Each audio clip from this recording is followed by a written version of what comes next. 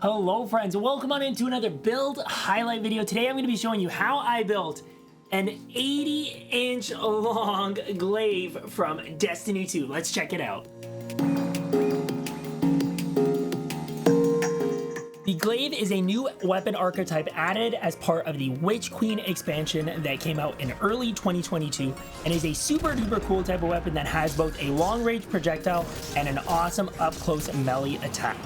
We have based our build off of the Enigma with a particular shader on it called Amrita's Dream, giving it an awesome void look which perfectly matches its void archetype.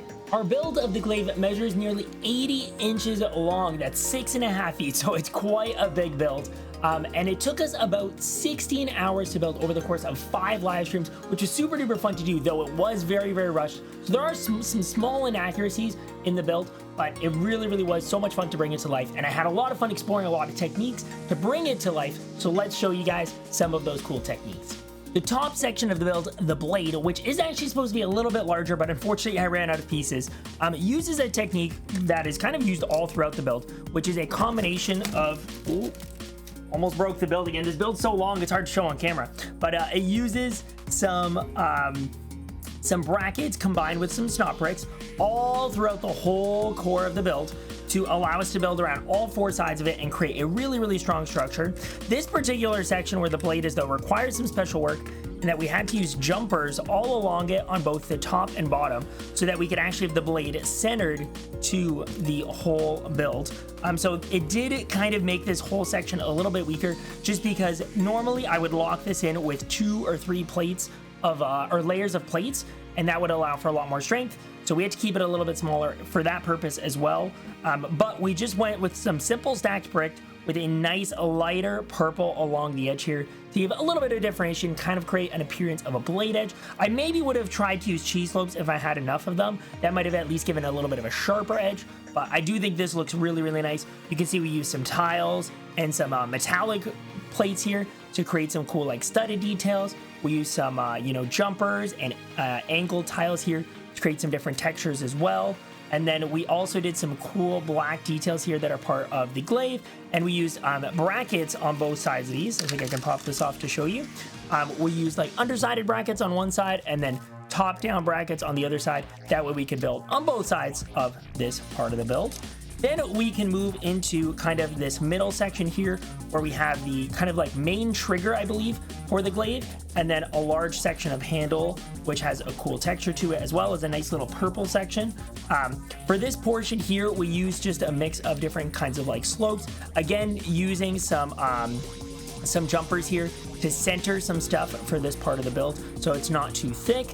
And then we use these cool textured curve slopes to kind of create a nice texture. And you can see when I go to hold this like a trigger, you can see my hand fits kind of really nicely around this area and looks really cool. Obviously we've used tons of these little black wedged curve slopes to create this awesome little like ridge texture, which I think looks sweet. We used a bunch of the ingots. These are supposed to be like gold bars in like gray to give this a nice ribbed kind of grippy feel. And then we've of course just got some plain purple here tiles. I didn't have enough curve slopes unfortunately to try something curved, so we just stuck to using some tiles and such to get that texture there. Then if we flip around to the bottom of the build, and again, this, maybe is one of the weaker sections because we're making a transition here, but we've got kind of the secondary handle here, which has a cool kind of sticky out part, which bends a little bit thanks to just the give of Lego. You'll see it gives in a little bit though. As we do that, we use some clear plates here to give the appearance of it kind of floating a bit more, but obviously we wanted to make sure this is also attached so it doesn't just pop off at any given moment. We use some cheese slopes and some black plates here to kind of create a little bit more of a curved texture. I dropped the build earlier, so some of the pieces are still a little bit loose. My apologies for that. It was a real mess, trust me when I say that. And then we just use some cheese slopes and tiles here to create a nice smooth section. This part's probably a little bit longer than it should since the blade is a little bit shorter. But at the end, we did some nice snot work here to create a really nice smooth curve shape all around the end here, and just a mix of some different tiles and plates to give this cool kind of pattern text kind of detail I did the best I could to kind of match the detail on the glaive, but I think it all really came together super duper nicely, and it was really, really cool that I got to bring this build to GCX, got to show it off to a bunch of different Destiny fans there, and what was extra awesome was this was the prize for the GCX cosplay contest, and it was won by a Destiny cosplay, someone awesome named Omniprops, who did this amazing cosplay of Varix the Loyal.